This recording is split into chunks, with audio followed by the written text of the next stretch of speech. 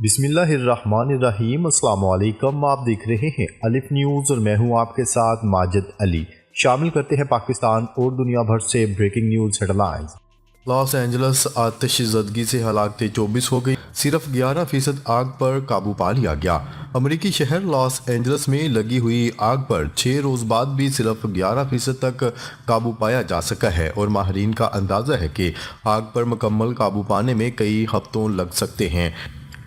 غیر ملکی خبرساں ادارے کی رپورٹ کے مطابق تباہ کن آگ کے باعث 24 افراد ہلاک اور 16 لاپتہ ہو گئے ہیں، جبکہ ہلاکتوں میں مزید اضافے کا خدشہ ظاہر کیا جا رہا ہے۔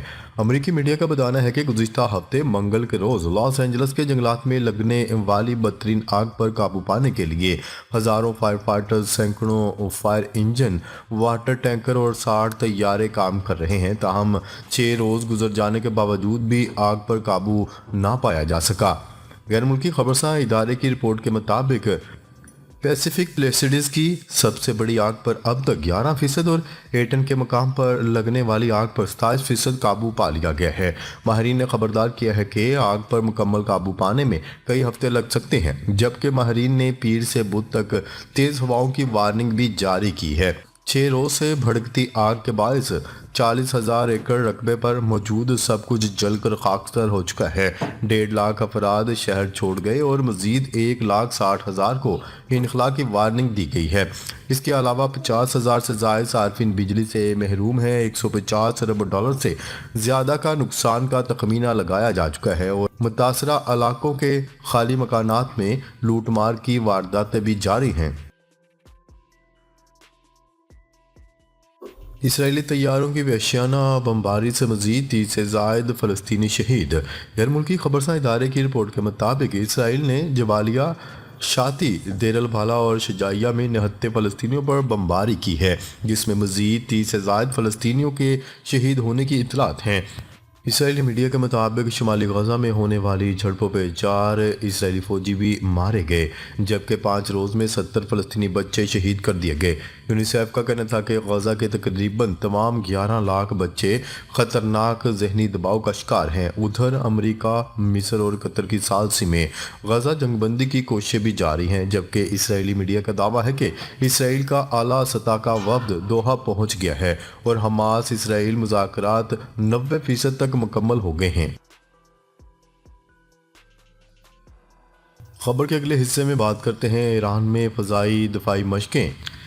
ایران کا بڑے پیمانے پر جنگی فوجی مشقوں کا آغاز تہران سے۔ ایرانی میڈیا کے مطابق مشقیں فوردو اور خنداد کے فضائی دفاعی علاقوں میں کی جا رہی ہیں۔ ایرانی فوج کے مطابق فضائی دفاعی مشقوں میں نئے ڈرون اور میزائلوں کی آزمائشیں کی گئیں۔ ایرانی فوج کا مزید کہنا تھا کہ جوہری تنصیبات کی میزائل حملوں سے حفاظت کی مشقیں بھی کی گئی ہیں۔ ایرانی فوج کے مطابق فوجی مشقیں مارچ کے وسط تک جاری رہیں گی۔ ایرانی میڈیا کے مطابق مشقوں کا مقصد ممکنہ حملوں کے خلاف فضائی دفاعی نظام کی صلاحیتیں بڑھانا ہے۔ ایرانی میڈیا کے مطابق مشقوں کا مقصد دشمن کے ممکنہ حملوں کے خلاف جنگی تیاریوں کا جائزہ لینا بھی ہے۔ خبر کے اگلے حصے میں بات کرتے ہیں اسرائیل میں نیتن یاہو حکومت کے خلاف ہزاروں افراد سڑکوں پر نکل آئے۔ اسرائیل میں نیتن یاہو حکومت کے خلاف ہزاروں افراد سڑکوں پر نکل آئے اور احتجاج کرتے ہوئے تل ابیب کی مرکزی شاہراہ اور مختلف سڑکوں کو بند کر دیا۔ بین الاقوامی خبرساں ادارے کی رپورٹ کے مطابق نیتن یاہو حکومت کے خلاف تل ابیب میں ہزاروں افراد نے احتجاجی مظاہرے کیے اور غزہ جنگ بندی اور یرغمالیوں کو رہا کروانے کا مطالبہ کیا۔ رپورٹس کے مطابق احتجاج کے دوران حکومت مخالف نعرے لگاتے مظاہرین نے کرائم منسٹر شرم کرو، مزید جنگ نہیں کے پلے کارڈ اٹھا رکھے تھے۔ سڑکیں خالی کروانے کے لیے کئی مقامات پر پولیس اور مظاہرین کے درمیان شدید جھڑپیں ہوئیں۔ دوسری جانب اسرائیلی وزیر اعظم نیتن یاہو نے اسرائیل کی تاحیات حمایت کے لیے جو بائیڈن کا شکریہ ادا کیا۔ خبر کے اگلے حصے میں بات کرتے ہیں قطر میں اسرائیل حماس جنگ بندی مذاکرات تاحال بے نتیجہ۔ امریکی صدر جو بائیڈن اور اسرائیلی وزیر اعظم نیتن یاہو کے درمیان ٹیلی فون پر رابطہ ہوا۔ دونوں رہنماؤں کے درمیان دوحہ میں جاری غزہ جنگ بندی یرغمالیوں کی رہائی معاہدے کی مذاکرات پر تبادلہ خیال ہوا۔ اسرائیلی وزیر اعظم نیتن یاہو نے امریکی صدر جو بائیڈن کو مذاکرات کی پیش رفت سے آگاہ کیا۔ وائٹ ہاؤس کے مطابق صدر جو بائیڈن نے اس عمل کو تیز کرنے اور فوری جنگ بندی کی ضرورت پر زور دیتے ہوئے غزہ میں انسانی امداد کی فوری فراہمی اور جنگ بندی کے ذریعے امدادی سرگرمیوں کو بہتر بنانے پر زور دیا۔ وائٹ ہاؤس کے مطابق غزہ میں جنگ بندی اور یرغمالیوں کی رہائی سے متعلق مذاکرات جاری ہیں اور اس سلسلے میں آئندہ دنوں میں مزید پیش رفت متوقع ہے۔ وائٹ ہاؤس کے مطابق قومی سلامتی کے مشیر نے دعویٰ کیا ہے کہ اسرائیل اور حماس جنگ بندی اور قیدیوں کے تبادلے کے معاہدے کے بہت قریب ہیں۔ دیر انسان امریکہ کے نو منتخب صدر ڈونلڈ ٹرمپ کے آنے والی انتظامیہ کے اعلیٰ حکام نے دھمکی دی تھی کہ اگر ٹرمپ کے عہدہ سنبھالنے کے بعد 20 جنوری تک معاہدہ نہ ہوا تو غزہ میں مزید خون ریزی ہوگی۔ امریکہ کے نو منتخب نائب صدر جے ڈی وینس کا کہنا تھا کہ اگر کوئی معاہدہ نہیں ہوتا تو ٹرمپ اسرائیلیوں کو حماس اور اس کی قیادت کی آخری باقیات کو ختم کرنے کی قابل بنا سکتے ہیں۔ ادھر حماس نے ہفتے کے روز غزہ کی پٹی میں جنگ بندی کے معاہدے کے مسودے کی تکمیل کا اعلان کیا، جس کی اسرائیل سے منظوری باقی ہے۔ فلسطینی مزاحمتی گروپ جہاد تاہ کے ترجمان نے لندن میں قائم عرب نیوز آؤٹ لیٹ کے ٹیلی ویژن کو بتایا کہ ثالثوں نے جنگ بندی اور قیدیوں کے تبادلے کی شرائط کے خاکے کے مسودے کو حتمی شکل دی ہے۔ خبر کے اگلے حصے میں بات کرتے ہیں حماس سے لڑائی میں مزید 4 اسرائیلی فوجی مارے گئے۔ غزہ میں ہونے والی جھڑپوں میں مزید 4 اسرائیلی فوجی مارے گئے ہیں۔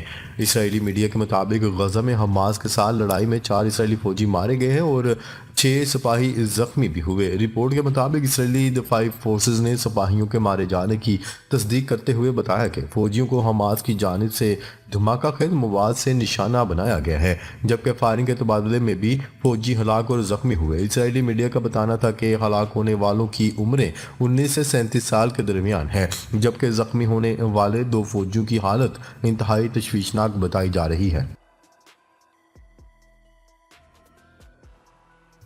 خبر کے اگلے حصے میں بات کرتے ہیں بھارتی وزیر اعظم نریندر مودی کا دورہ کشمیر، کشمیریوں کی زندگیاں مزید تنگ۔ بھارتی وزیر اعظم نریندر مودی کے دورے کے لیے قابض بھارتی فورسز نے کشمیریوں کی زندگیاں مزید تنگ کر دیں۔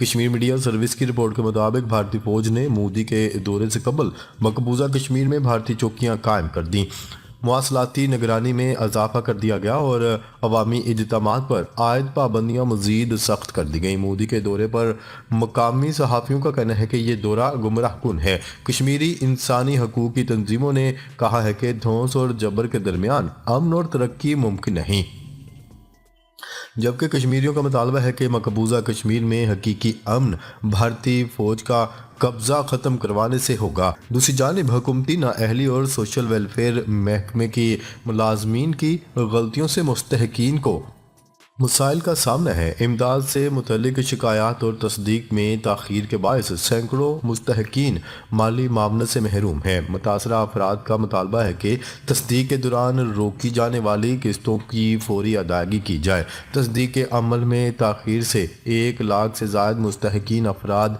اسکیم سے خارج کر دیے گئے ہیں۔ خبر کے اگلے حصے میں بات کرتے ہیں شام پر عائد کی گئی پابندیاں اٹھائی جائے، سعودی وزیر خارجہ نے بڑا مطالبہ کر دیا۔ سعودی وزیر خارجہ شہزادہ فیصل بن فرحان نے شام پر عائد کردہ پابندیاں اٹھانے کی طرف توجہ مبذول کرواتے ہوئے کہا ہے کہ یہ پابندیاں فوری اٹھائی جائیں تاکہ شام کی ترقی کے لیے خواہش و کوششوں کو کامیابی مل سکے۔ انہوں نے کہا شام کے خلاف بین الاقوامی برادری کی یک طرفہ پابندیوں کو ختم کر دینا چاہیے تاکہ برادر ملک شام کی ترقی کے ارادے کامیاب ہو سکیں۔ انہوں نے ان خیالات کا اظہار سعودی دارالحکومت ریاض میں شام کے بارے میں ہونے والے ایک اجلاس کے اختتام پر کیا، اس اجلاس میں سعودی عرب کے دارالحکومت میں عرب ممالک اور یورپی ممالک کے سفارتکاروں نے شام کی صورتحال کا جائزہ لیا اور بشار الاسد کے اقتدار کے خاتمے کے بعد شام میں امن و استحکام اور ترقی کے لیے بین الاقوامی برادری کی ذمہ داریوں پر غور کیا۔ واضح رہے 8 دسمبر 2024 کو بشار الاسد کے اقتدار کے خاتمے کے بعد برسر اقتدار آنے والی نئی شامی انتظامیہ پہلے ہی مطالبہ کر چکی ہے کہ شام پر عائد کی جانے والی پابندیاں ختم کی جائیں تاکہ شام کی طرف فنڈز کا بہاؤ ممکن ہو سکے۔ سعودی وزیر خارجہ شہزادہ فیصل بن فرحان نے یہ بات نوٹ کی کہ اجلاس کے شرکاء نے شام کی نئی قیادت کی طرف سے لیے گئے مثبت اقدامات کا خیر مقدم کیا اور شام میں دہشت گردی کے خلاف کمٹمنٹ کے اظہار کی تعریف کی۔ ریاض میں ہونے والے اجلاس کے شرکاء نے اس امر پر بھی زور دیا کہ شام میں انسانی بنیادوں پر اشیاء کی ترسیل کو جاری رکھا جائے اور شامی ریاست کے استحکام کے لیے کوششیں اور ترقی کے لیے اقدامات میں مدد دی جائے تاکہ ایک ایسا ماحول ممکن ہو سکے جس میں شام سے باہر گئے لاکھوں شامی عوام واپس آ سکیں۔ ناظرین، اب تک کے لیے اتنا ہی۔ مزید خبریں لے کر بہت جلد آپ کی خدمت میں حاضر ہوں گے۔ تب تک کے لیے اپنا خیال رکھیے گا۔ اللہ نگہبان۔